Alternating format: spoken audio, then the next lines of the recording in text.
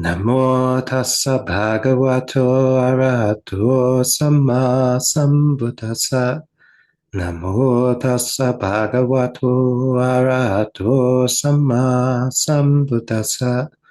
Namo tassa bhagavato arahato samma sambuddhassa. Buddhang dhammang sanghang namasami.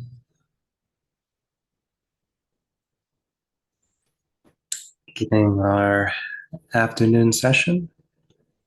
As always, usually encourage is accepting the situation we're in, right? It doesn't have to be this way. This is not the only way that existence can play out, but nevertheless, after lunch, we tend to be a little sleepier.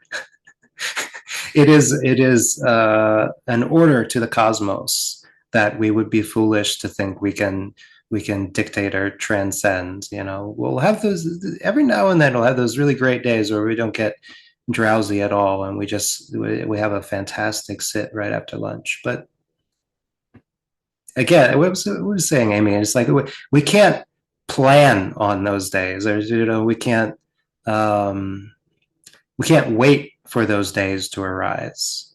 Yeah, we don't have that luxury. We've got to do what we can with what we got. But what we've got is a lot of ways. Just said the Upanishad Sutta, which actually I think I do. Should have access to the. Ever figure out what the number was? It's like Samyutta 11.2 or something. Oh, I actually still can't find it. 1223 is what sticks in my mind, but I'm not sure. Or 2223 maybe I see at the bottom. It's gonna click it. I know it's in the reference materials, but no, that's not the same one. Anyway, yeah, the Upanishad Sutta is this one instance where we get this dependent transcendent idea kind of spelled out and going in both directions through dependent origination and then up through dependent liberation, and seeing how because ignorance into consciousness, into craving, into becoming, into birth, we have death. And because of death, we have sorrow, lamentation, pain, grief, and despair. And because of that, when it starts to overflow, we develop faith that there must be a way out, and we're willing to learn, willing to do something, and seeing the way things flow very naturally towards the practice if we let them. Um, there's that's one sutta we can point to, and there's not a whole chapter in the Samyutta Nikaya of these. There's like this idea, and when we see it in other places in the Pali Canon, what we find is that it's not stated the same way every time. And I do suspect that the Upanishad Sutta, the Buddha was riffing in a way. Yes, 1223. Okay. The Buddha was riffing on dependent origination, and kind of off the cuff, which is impressive in and of itself, he created another 12-point list. And so he took this very clear system that he had already kind of laid out and figured out, and he was teaching to people that of the seven factors of enlightenment. And he stuck in some extra ideas, and he kind of broke energy into a couple of different things, and he made it into a 12-point list. Yeah, but a couple of those seem redundant, like seeing things as they really are and knowledge and vision. It kind of feels like the same thing, but they're in two different places. Yeah. What we do have in terms of other instances of this is this idea of liberation following a certain set of paradigms, or that we have entry-level parts of liberation that kind of form a foundation and then we build upon it. It shows up in a lot of different forms. One of the simplest one, and this shows up in a few more places as I found it. Let's see if I can share this. Is this sutta? It's Anguttara Nikaya 11.2. It is called Making a Wish. So the Buddha says, monks, an ethical person who has fulfilled ethical conduct need not make a wish. May I have no regrets. It's only natural that an ethical person has no regrets. When you have no regrets, you need not make a wish. May I feel joy. And that's pamoja. It's only natural that joy springs up when you have no regrets. When you feel joy, you don't need to make a wish, oh, may I experience rapture, because it's only natural that rapture arises when you're joyful. When your mind is full of rapture, you need not make the wish, may my body become tranquil, because it's natural that your body becomes tranquil when your mind is full of rapture. Your body is tranquil, you don't need to make a wish, may I feel bliss. It's only natural to feel bliss when your body is tranquil. When you feel bliss, you don't need to make the wish, may my mind be immersed in samadhi, because it's only natural for the mind to become immersed in samadhi when you're dwelling in bliss. When your mind is immersed in samadhi, you do not need to make a wish, may I truly know and see. It's only natural you truly know and see when your mind has been immersed in samadhi. When you truly know and see things as they are, you don't need to make a wish, may I grow disillusioned with phenomena. It's only natural to grow disillusioned with phenomena when you truly know and see. When you're disillusioned, you don't need to make the wish, may I experience dispassion, because it's only natural to grow dispassionate when you're disillusioned. When you're disillusioned, when you're dispassionate, you don't need to make the wish, may I realize the knowledge and vision of freedom. It's only natural. You will eventually realize the knowledge and vision of freedom when you dwell dispassionate. And so, monks, the knowledge and vision of freedom is the purpose and benefit of dispassion. Dispassion is the purpose and benefit of disillusionment, and so on down through the list. So we see here, we have dependent transcendent or transcendent liberation, except that the bottom rungs are different. Yeah. So the Buddha starts, instead of starting with suffering leading to faith, he talks about sila. So one has skillful ethics, and therefore one has no regrets. And this is it's saying kind of the same thing, but it's looking at faith and the byproduct of faith. Yeah, it's easy for us to say faith, like having faith in the Buddha, having faith in the Dhamma, but the function of faith as a faculty is not merely to make us feel good and make us feel confident, but faith is what allows us to do things. It's what allows us to make changes, sometimes dramatic changes in our conduct of body, speech, and mind. Faith is that faculty which gives us the ability to say, like, well, I'm sure this needs to be done, even when we feel like this gripping urge not to do it, or to say, no, this is, in terms of sila, this is something I will not do, even when we're pretty sure the guy deserves it. You say, no, it's a bad idea. I've decided not to engage in that kind of conduct. And so skillful ethics has a sense of faith, brings about the sense of skillful ethics, like this is the way to do it. And so we counteract our habits. We can't counteract our impulses. We are no longer an animal that's just running on instincts. We are making a conscious decision. Yeah. And faith has enabled that. And why did we have the faith? Well, you don't do it just because it's a good idea. There are plenty of good ideas out there you cannot pay somebody to do. You do it because you suffered the last time you did it. And honestly, it wasn't because you suffered the last time you did it. It's because you suffered the last 20 times you did it. And that's when you take on the precepts. That's when you actually gain faith. That's the wrong way to do it, doing that particular course of action. The precept is laying out what I'm pretty confident is the right way to do it. To restrain that, to find a skillful way to handle this situation. And in doing that, we don't have regrets. Had we done the thing that the precept is designed to protect us from, we would have experienced regrets, and the regrets would have been suffering. Yeah. But because we didn't do it, we don't have regrets. And it's an easy thing to miss, right? There's so many things that you don't regret right now. You don't think about them because you stopped doing the things that produced those regrets a while back. And that's why you're here and doing a meditation day long, right? Because you're not selling heroin. You can't do that both at the same time. This is a bad market, yeah, for that sort of thing.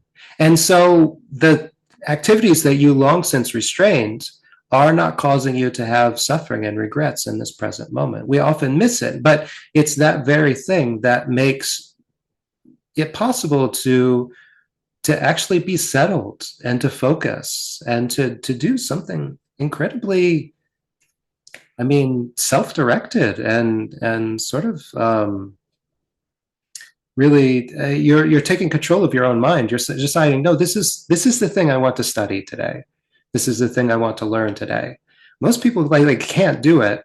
Like you have to offer them like a degree and in a very like comfortable classroom to get them to even try to study.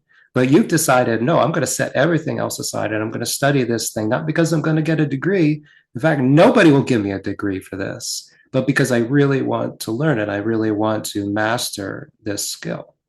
And you're able to do that because you've built all of the basis of mindfulness and faith and restraint that allows for pamoja, this sense of curiosity, interest, enthusiasm, and zeal, which if you are ever going to experience waves of piti flowing through your body, and maybe we all have, but I'm not gonna assume that this is something that everybody gets every other day. But if it were to come about, it would have to come about in regards to something that you were enthusiastic about. We don't feel waves of rapture at random. It's not a random occurrence. It happens when the mind lets go to a profound degree because it is just so happy and satisfied and enthusiastic about what it's got in front of it. And so the Buddha uses this transcendent liberation idea and he changes some of the bottom rungs. And this is where we start to realize once we see that, once we put the two suttas next to each other, we realize, oh, there's a lot of play here. There's a lot of ways that we can substitute other things there at the beginning and see how they naturally lead to pamoja and then to piti and then to passaddhi, tranquility, and then to sukha, and from sukha to samadhi. Yeah, and you see that everything that the Buddha talks about in terms of like samadhi and the jhanas has prerequisite steps, and that what we're doing is those prerequisite steps. So I like covering ways that we see this is called the gradual training, the Anupubbasika. And it shows up a lot in the Majjhima Nikaya, which I happen to think is one of the better Nikayas as far as it goes, because it has this idea of this is how you learn to do this. Yeah, this is it's a bunch of suttas about training people to be self-sufficient, training them to train themselves, teaching the teachers, yeah, and how getting each of the various disciples that the Buddha meets in these different suttas to let go of wrong view, to let go of confusion, to let go of wrong practice, and establish a way of practicing and training that will lead them to liberation long after the Buddha has passed away. Because they will be able to do it for themselves. And the gradual training is this idea that you don't immediately grab somebody, shave their head, and then throw them in an empty hut in the middle of the jungle and say, be calm, you'll get jhana. Because I'm sure they tried, and I'm sure they found it doesn't work.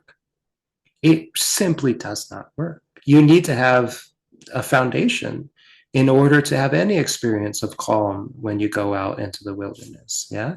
And what is that foundation? So the gradual training is, well, actually, you start with morality. Yeah. It doesn't start with mindfulness. It doesn't start with follow your breath. It says start with the precepts. Yeah. And to an even greater degree, but this is kind of meta with one T, to even greater degree, generosity is leading into sila. Yeah, because sila is in its own way a kind of generosity. You're giving fearlessness, you're giving safety to other beings by restraining your activities. Even if you don't take on the precepts, you start to practice the basis of the precepts, which is kindness and consideration towards other beings, and in a way towards yourself. But in the ways it's taught, it often starts with sila, because generosity it's pretty easy to get people to practice sharing every now and then, as opposed to getting them to take precepts and to follow rules. That can be a bit more of a struggle, right? But that's where it begins. So if you can do that, you're not being made to do that.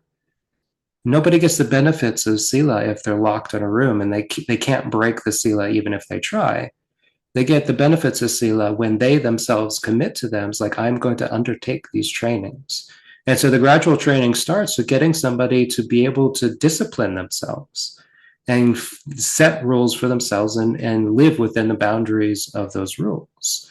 And from sila, then you get sense restraint. And you're like, well, look at all of the little things that create suffering for you, even though you're not breaking the precepts. And what are those? And it tends to be the little things like watching the news or YouTube shorts, or overeating, or just so many of the little things, like going to a music concert. You thought it was going to be great, but it turned out it was really loud, and you get out of it and you're just kind of like vibrating. You're like, well, I can't do that every day. And you realize, well, why did I do it in the first place? It was kind of traumatic in a way. And then you're like, oh, okay, so sense restraint is a major component of also not having regret. Yeah, because you tend to regret when you overeat, right? You tend to regret when you watch too many movies, and so you get a further sense of no regret. And this leads to mindfulness. Now, what is the non-regret for? Well, it's for the actually focusing, right? And in focusing, you can develop interest, investigation, curiosity. You can pay attention to something as it is. And the mindfulness will lead into a contentment. Like, oh wow, this is pretty good. This is pretty nice. This is pretty entertaining. Look at me. Look at me. I'm sitting here doing nothing and I'm still happy. I think I've figured it out. And from that, it leads from contentment into letting go of the five hindrances. From letting go of the five hindrances into samadhi. Yeah, and this is what we call the gradual training. And there's a couple of places where the Buddha plays with that. In some places, he puts in devotion to wakefulness. Yeah, or he changes the formula for contentment, or he leaves contentment out and puts something else in its place. There's a lot of ways where you can kind of tweak it depending on your individual situation. But the idea is there. It's the same idea. It's building the factors of enlightenment. It's building dependent liberation. Yeah? It's seeing how you don't have to get it all at once. You can lay the foundation, and these things will grow. That's one instance. Another, which I'll cover in a minute, is called anupupakata. Slight distinction there, and this is the gradual instruction. And this was a method that the Buddha employed, and he probably started doing it long before they even had a word for it. But the gradual instruction is this idea, the same things like you've got somebody and they're sitting in front of you, and by virtue of the fact that somebody is listening to you, they are not breaking the precepts. They're showing respect. They're being mindful. They're listening. A lot of important factors are there, and a very skilled teacher, by having the person's full attention and having them be secluded from unwholesome activities in that moment, they can lead them gradually through things that bring up a sense of confidence and faith and enthusiasm, through things that are difficult but necessary, onward to things that are liberating. Yeah, so the gradual instruction usually starts out with things like generosity, and the benefits of heaven. Yeah, but using that to help guide somebody towards sila and saying, well, but that's actually not for people who don't keep the precepts.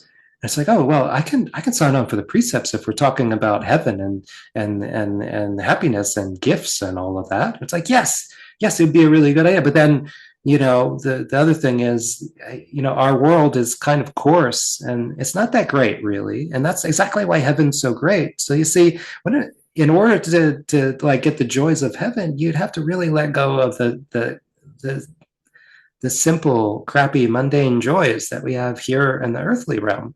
And somebody's like, well, yeah, that sounds like a good deal. It's like, so you practice sense restraint.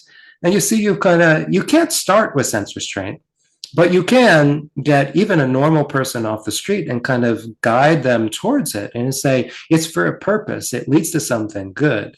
And from sense restraint, you can talk to them about the joys of renunciation and the ideas of samadhi, and you actually can lead them to understand something as deep and impactful as the Four Noble Truths.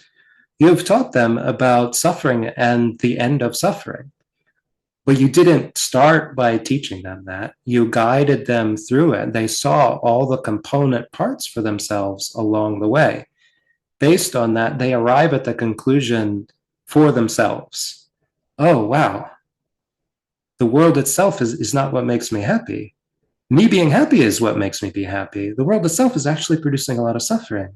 And some of that is like, I'm perpetuating it. Why would I do that? Maybe I should stop doing that. So the Dhamma eye opens. Magnificent, Master Gotama. Magnificent, Master Gotama. So I thought this afternoon, maybe we'll just look at one instance of this. And by complete coincidence, this is a sutta that Laura was actually asking me about. She's like, remember that one where that one guy was talking about the rods and the physical rod and the mental rod? And I had no idea what she was talking about. But just by total chance, that was exactly the sutta we picked out because of this idea of gradual instruction and leading somebody not even to practice in that mode. It's like teaching them how to do the gradual training and sense restraint and mindfulness and all of these things, but having them sat down and ready and attentive and interested and having all of the foundation laid for wisdom because of the way that they were already leading their life. They're already a religious practitioner. This person is able to be guided to stream entry through the word of another. It's like the Buddha called this a miracle. Yeah, the miracle of instruction. It's a miracle that through not even having to take the precepts, not even having to practice sense restraint, not even having to renounce anything, just by sitting there and listening and being guided through this by a skilled teacher, one can break through to that realization, which it is a miracle when you think about it in that context. So again, let's see if I can pull this up here.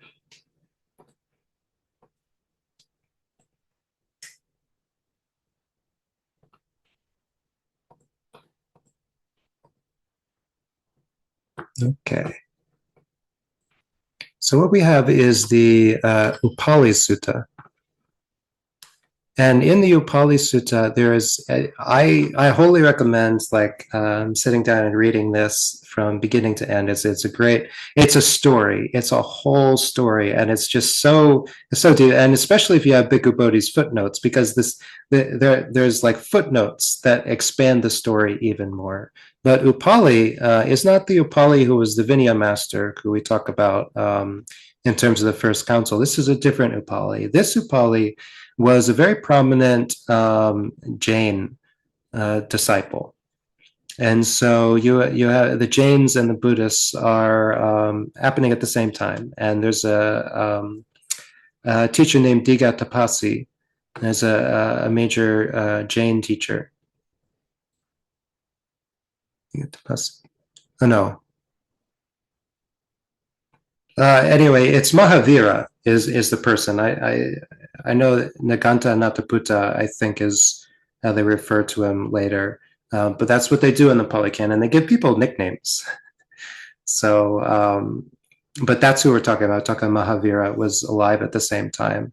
And so the Jains in the Buddhist communities were very close and overlapping. And there was some back and forth. So you have this idea where there's a Jain who goes to see the Buddha, and the Jains have this the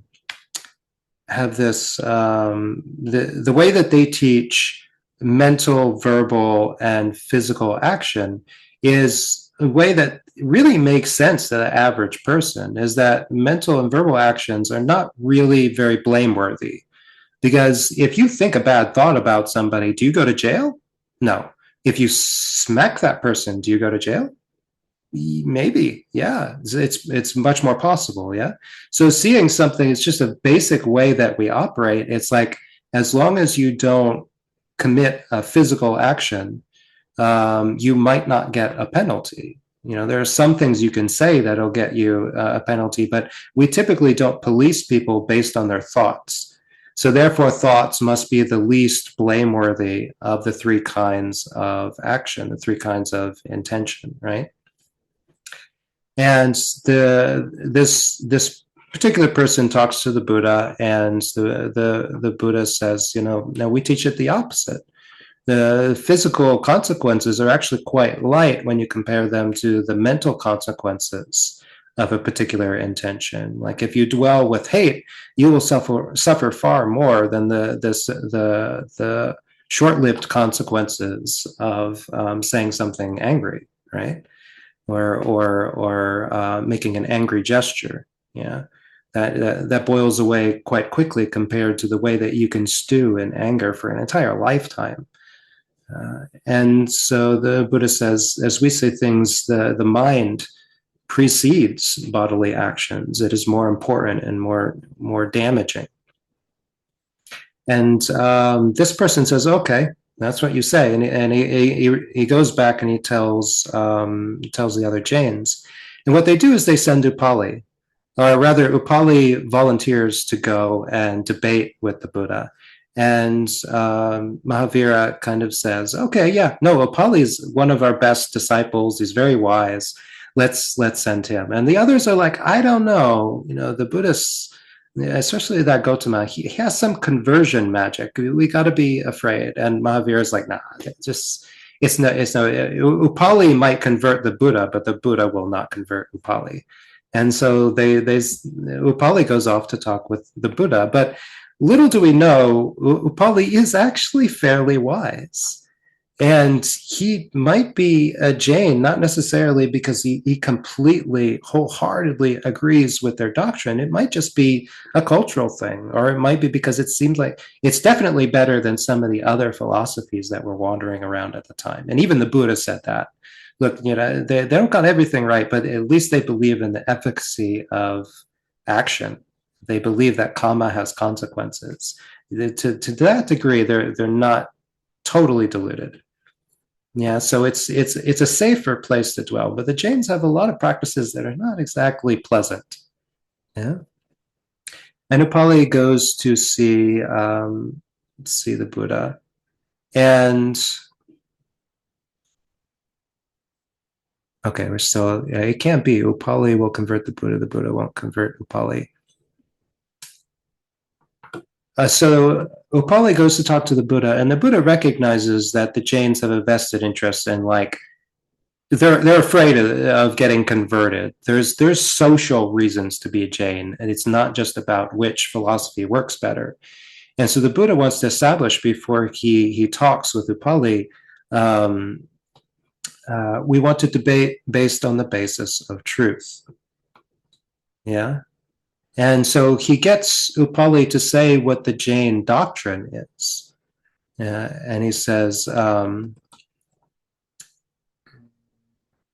yeah.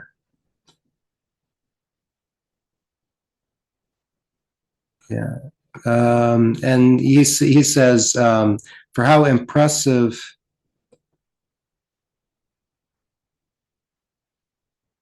the physical rod is the most blameworthy for performing bad deeds, not so much the verbal rod or the mental rod. And by rod, they're saying kamma, which is just another thing. The Jains are insisting on using this particular terminology. And the Buddha says, as long as you debate on the basis of truth, let's discuss this. Two adults sitting down, just discussing something. And Upāli agrees to this. And so the Buddha says, well, what do you think?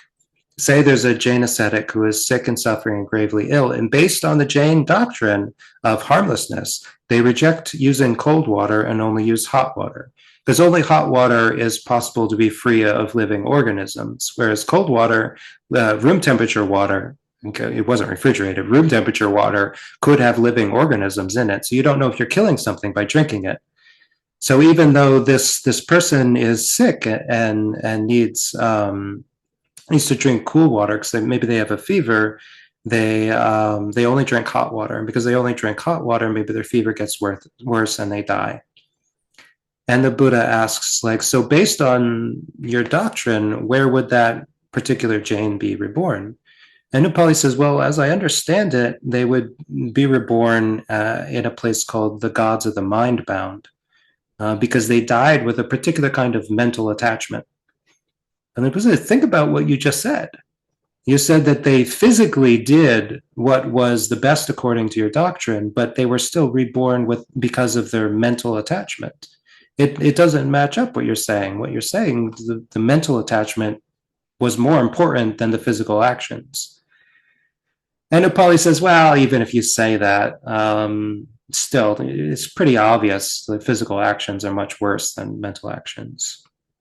This Buddha gives another example. He says, well, take a Jain who's restrained in all that is to be restrained, bridled in all that's to be restrained, has shaken off all evil according to their sila, the Jain sila, and is curbed in all that is to be restrained. When going out and coming back, they accidentally injure little creatures along the way. What result would that Jain incur? And Upāli says, well, the Jains, they say that unintentional acts are not very blameworthy.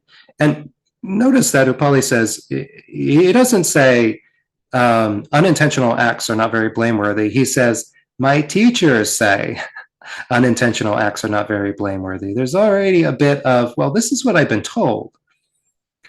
But the Buddha says, but what if the actions are intentional? Well, then they would be very blameworthy. And I think this is something we can all see. You know, if you do something by accident, there's not a lot of consequences. If you do something intentionally, there's a lot of consequences.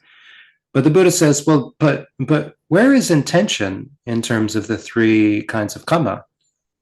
And Upāli says, well, intention is a mental action. And the Buddha says, and Upāli says, well, even if you say that, still, the physical rod is most blameworthy and not the mental rod.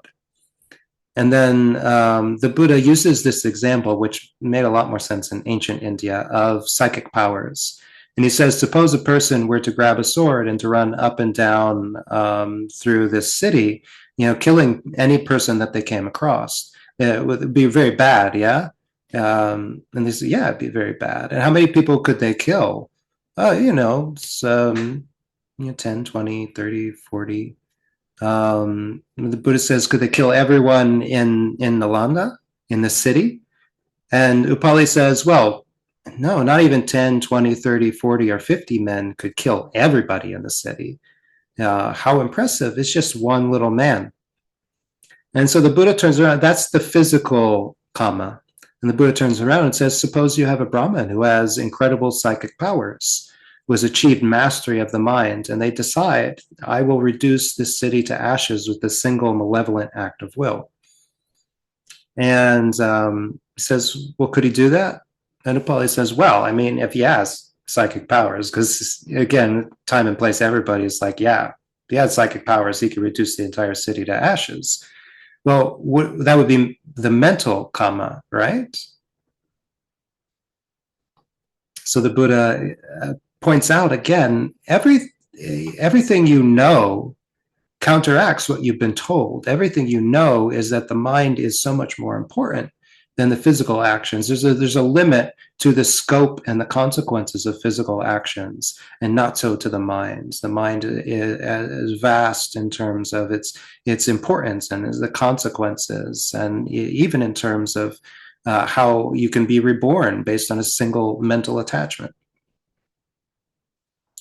And Upāli even admits that he's heard that there were psychic beings of the past who created vast stretches of wilderness by flattening cities with their minds. So he's heard stories, he's heard folk tales, and he's recognizing that what he's been taught doesn't match everything that he's been living by. And then Upali says something kind of funny when the Buddha points out, I've got you all these different ways. He says, you know what? I was already delighted and satisfied by the Buddha's very first simile. Nevertheless, I wanted to hear the Buddha's various solutions to the problems, so I thought I would keep opposing you. He was playing devil's advocate for a reason. He wanted to hear the Buddha keep making similes because they were great. So we've established that this person is wise and they are curious. They are interested and they like to hear good explanations. Yeah. And then he says this line that we've as in the last day long a couple of weeks ago. So this is the first stage, the entry to the path of stream entry. Yeah, the first level of enlightenment. Excellent, sir, excellent, as if one were writing what were overturned, revealing what was hidden, pointing out the path to the lost, or lighting a lamp in the dark so people with clear eyes can see what's there. The Buddha has made the teaching clear in many ways. I go for refuge to the Buddha, to the teaching, and to the Sangha. From this day forth, may the Buddha remember me as a lay follower who has gone for refuge for life. So he's got his foot in the door. He's not yet a stream enterer, but he's understanding that this makes sense in this teaching. He's established faith in the teaching, and moreover, there's a fair bit of like wisdom and understanding there too. It's like this makes a lot of sense. And if it's true what the Buddha is saying, that the mental karma is so much more important than the physical karma, then I'm going to have to start paying attention to what I do with my mind. And maybe even the idea of sila is being born. Yeah. And the Buddha is a master teacher and master of assessing people. And he's maybe assessed that, again, Upali wasn't necessarily a Jain just because of their doctrine, but also for social reasons. And it's very easy to just suddenly convert and say, okay, I'm going to be this other kind of person. I'm going to follow this other set of rules. But the Buddha says, Upali, you should act after carefully considering. It's good for well-known people such as yourself to act after careful consideration. So the Buddha is saying, like, don't make any drastic changes, even though you've decided you're going to switch to a different doctrine. Like, really think out what's good and what's bad, and decide, what's right based on that. He's basically giving him a vote of confidence. It's like, you'll probably be able to figure out what's the best way to handle this if you don't act impulsively. And Upali says, wow, I'm even more delighted and satisfied with the Buddha since he tells me to act after careful consideration. For if followers of other religions were to gain me, a well-known person, as a disciple, they'd carry a banner all over the city saying, the householder Upali has become our disciple. Yet the Buddha says, act after careful consideration. It's good for well-known people such as yourself to carefully consider before they act. And so for a second time, he takes refuge in the Buddha Dhamma Sangha. Then the Buddha says, for a long time now, your family has been a wellspring of support for the Jain ascetics. You should consider giving to them when they come to you for alms. And so he's already said this is not just an important person, but a wealthy person. And he's been keeping the Jain, community alive to a certain degree. And the Buddha has no interest in like demolishing the Jains, even as a rival religious order. Yeah. He's genuinely interested in the welfare of other beings. So he's saying, this is not a bad thing. This is generous. There's no harm in offering to them, and especially if they've come to depend on it, you should consider before withdrawing that support. And Upali says, I'm even more delighted and satisfied since the Buddha tells me to consider giving to Jain ascetics when they come to my door. For I have heard, it's told, there's gossip, that the ascetic Gautama says, gifts should only be given to me and not to others. Gifts should only be given to my disciples, not to others. Only what is given to me is very fruitful, not what is given to others. Only what is given to my disciples is very fruitful, not what is given to others. Yet the Buddha encourages me to give to the Jain ascetics. Well, sir, you can trust we'll know the proper time for that. And so for a third time, he goes to refuge to the Buddha, Dhamma, and Sangha. And then this is where the Buddha employs the gradual instruction. Then the Buddha taught the householder Upāli step by step with a talk on giving, ethical conduct, and heaven. He explained the drawbacks of sensual pleasures, so sordid and corrupt, and the benefit of renunciation.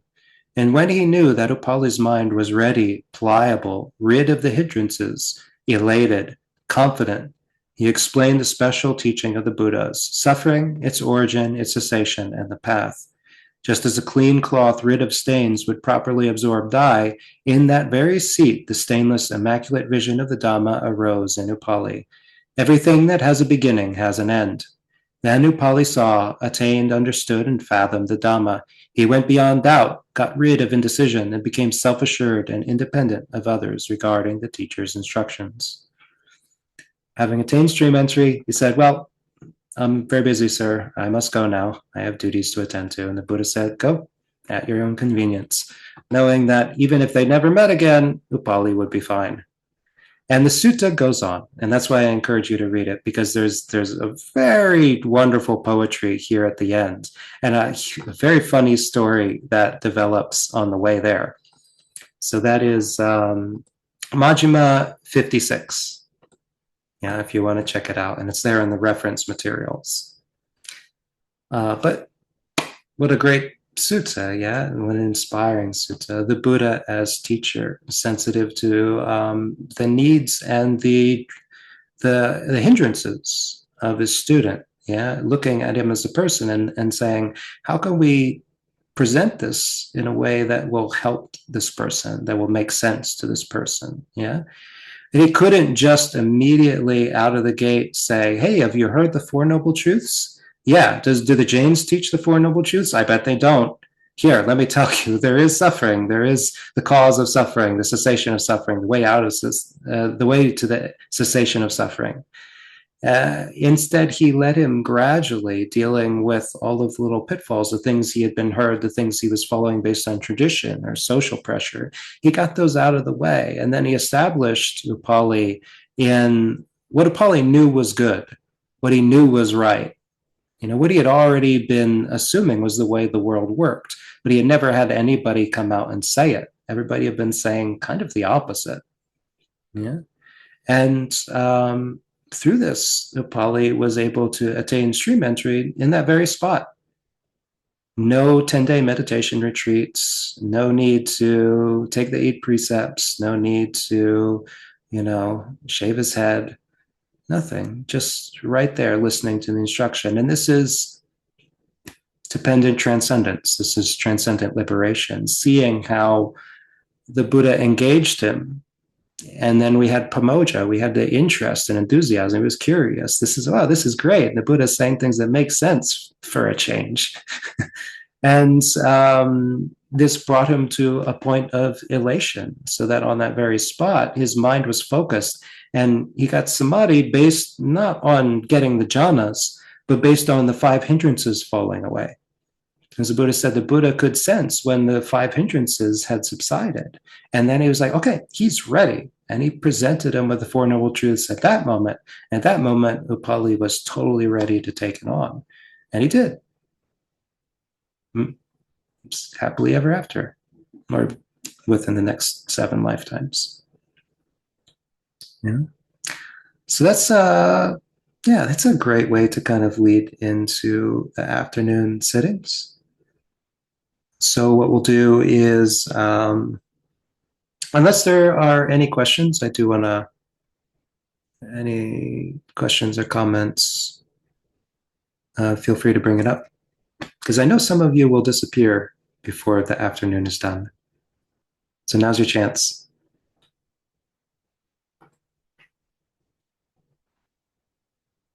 If not, we'll move to the meditation.